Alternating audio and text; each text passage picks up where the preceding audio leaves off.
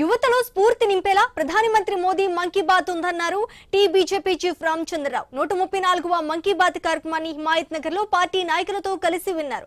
అథ్లెట్ల విజయాలను, చారిత్రక అంశాలను కీర్తించడం గొప్ప విషయమన్నారు. ఆయన స్వదేశీ పానీయాల అవసరాన్ని వివరించారని రామచంద్రరావు తెలిపారు. అంతేకాకుండా చరిత్రలో రాజరాజ చోళ ఏ విధంగా సముద్ర యుద్ధాన్ని పెంచాడు, చేశాడు. అదేవిధంగా ఈ యొక్క ఎండాకాలం మనము జాతీయ అంటే స్వదేశీ ఒక డ్రింక్స్ ఏదైతే మనం తీసుకుంటామో అది మామిడి పన్నా కావచ్చు, లేకపోతే సత్తు కావచ్చు, మన హైదరాబాద్ లాంటి ప్లేసెస్లో జరిగేటట్టుగా సబ్జా గింజలతో తయారు చేసేటటువంటి రసాలు కావచ్చు, ఇవన్నీ కూడా వాటి విషయంలో కూడా వారు చెప్పడం జరిగింది.